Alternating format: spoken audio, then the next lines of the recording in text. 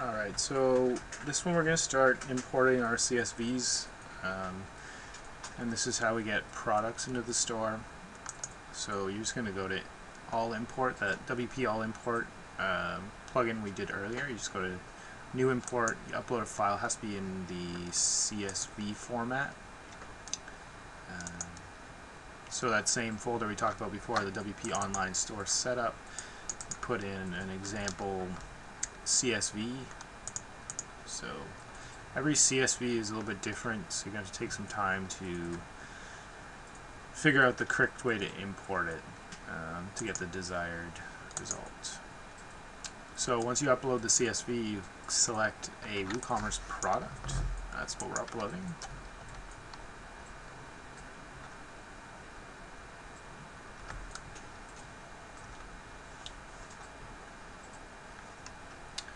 And then this is just giving you a little bit of information, but it's not necessary. Just click continue to step 3.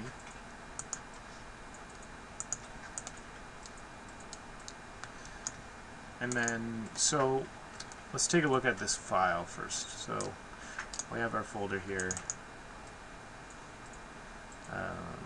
Sportswear Canada.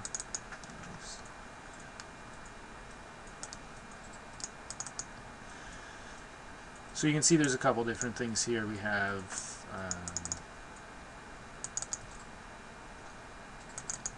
things like the style number. Style number is the same as SKU. So the SKU is used to identify the item. Then the color of the item. So color is a variable in the product. So I'll show you how to set up different variables. You get the image. So the image comes from usually the supplier's website. Sometimes we have to upload them ourselves. It's a short description. Short description in this case is what we're using for the product title, because there's not really a very good product title in this particular product. And then there's a long description which goes underneath the product.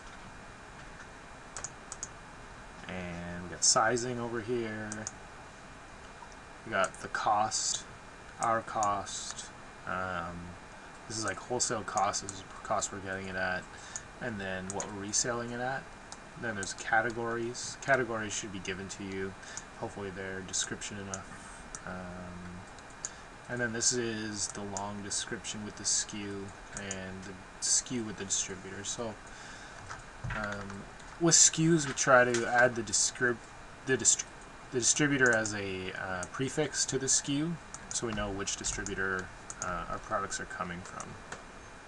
Okay. So now we go back to setting this up. So the title is going to be the short description. The long description is right here. In order to make a product searchable, you have to have this SKU at the end of the description, because that's how WooCommerce searches through stuff, is through description or title usually. So I'll just throw the SKU at the end. You just write SKU, and then this SKU with distributor, why not? This just throws this at the end of the product. So in the description area, it'll have the SKU available.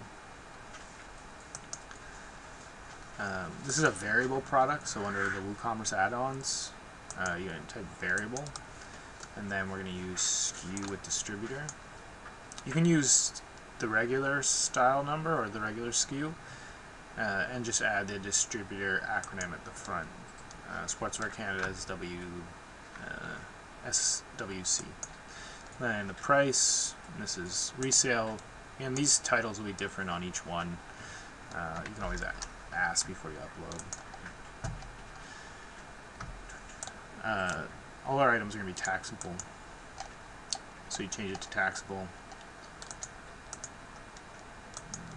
And you want to change the attributes. So this one, there's 2 different attributes. There's sizing, so size, and you copy the size variable in. Sorry, the next button. We got some size. Click and drag the size variable in. You want to add another one, so we're going to do color. I'm going to drag the color in here. Then we have variation. So variation is just how they group things. So you want to group them by an identifier. In this case, the style number is a good enough identifier. Image. These images are hosted on the website of the distributor. So we're just going to go in. I'm going to just copy the, just click and drag that in to where it's hosted. And then categories. So categorization, product has just one category. In this case, there's only one category. And in some cases, there's multiple categories. Like it'll be like basketball, jerseys, pattern, or something like that, right? So in that case, you'd use products have a hierarchy, and that just goes in here. So it would be like sports, basketball, jerseys, and then they turn into subcategories. For this CSV, there's only one category, so it's easy to deal with. Just leave that blank.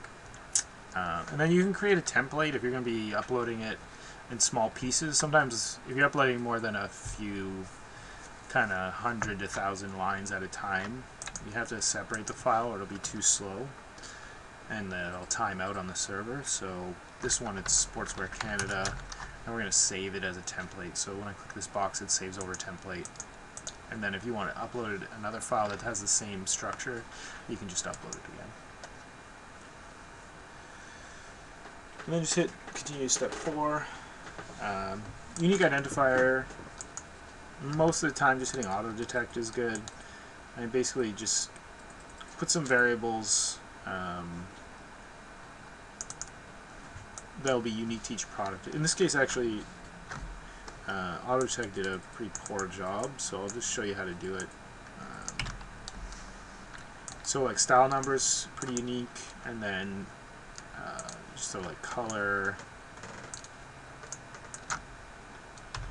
and let's say pricing and size and short description, like that should be enough. That you're not going to have it identical between multiple products, which is kind of the goal here. If it's the same for multiple products, it won't import correctly. You just hit continue.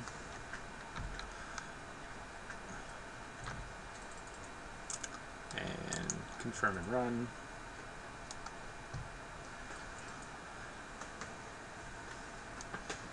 And it's going to run, so probably should have used a smaller CSV, but this one will take a little while because it's 2,000 line items.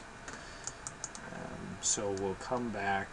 I'm just going to pause it for a little bit and we'll come back when it's done. Okay, so we are done our import here. Took about half an hour. It's a pretty large file. So basically, if the file is more than, say, 3,000 lines, it should be broken up into multiple files. So, for example, we had one file that was 45,000 lines, so we broke it up into 9 different files, or 10 files, or whatever it was, of 4,000 to 5,000. Usually 3,000 or less is a pretty good sample size.